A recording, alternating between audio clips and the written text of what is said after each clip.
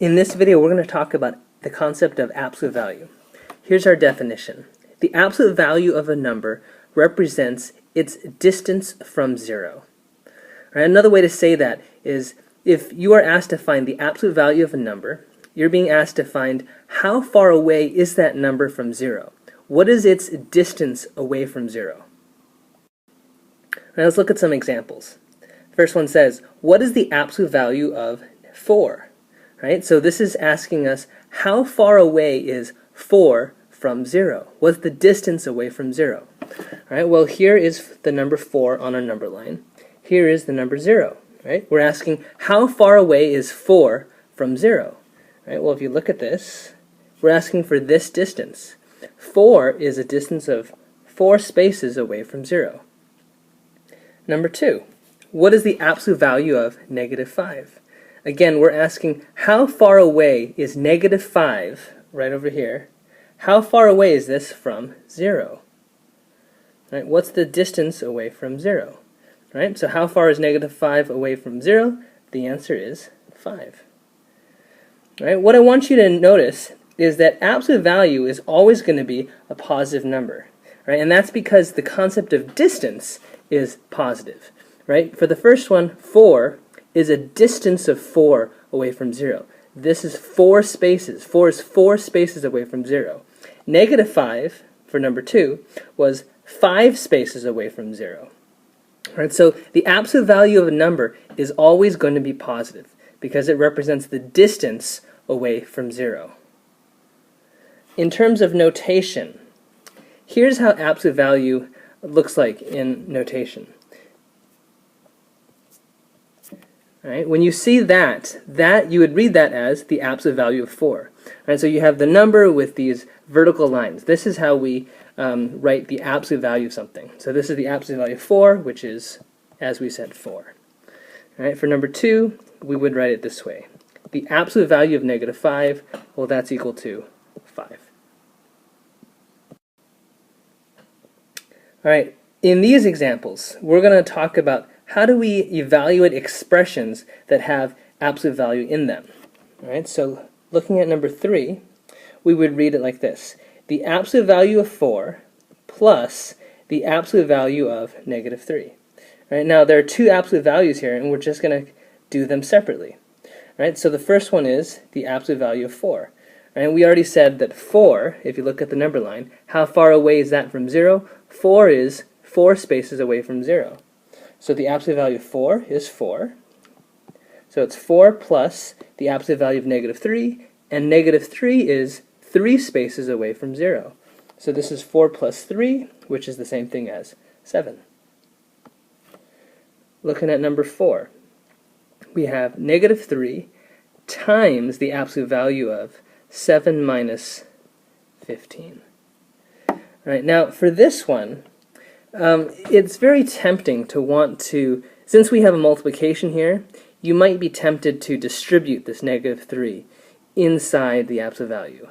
Right? And I want to encourage you not to do that. That leads to some problems. So you never want to distribute a number on the outside of an absolute value into the absolute value. Right? Instead, what I want you to do is to simplify inside the absolute value first.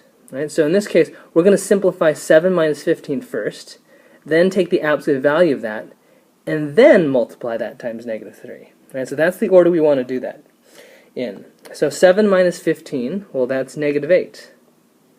Right? So we have -3 times the absolute value of -8. And what's the absolute value of -8? Well, the absolute value of -8 is 8, because it's 8 spaces from 0. So we have -3 times +8. And -3 times +8 is -24. For these next two examples, I want you to try them on your own. So I would like you to pause the video, try them on your own, and then unpause the video to see if you got the correct answer. All right, so go ahead and do that right now. Pause and try it on your own. All right, let's check and see if you got the correct answer. Number 5, we have 4 plus the absolute value of -2 times the quantity 6 minus 1. Alright, so again, we want to simplify inside the absolute value first. So this is going to be negative 2 times 6 minus 1 is 5. So I have 4 plus the absolute value of negative 10. Right? The absolute value of negative 10 is 10 because it's 10 spaces from 0. So this would be 4 plus 10. Our answer would be 14. Number 6. We have 3 minus 2 times the absolute value of 5 minus 11. Alright, so again, let's do inside our absolute value first. So 3 minus 2 times the absolute value of 5 minus 11 is negative 6. Alright, so I have 3 minus 2. The absolute value of negative 6 is positive 6. So, 3 minus 2 times 6. Let's erase this.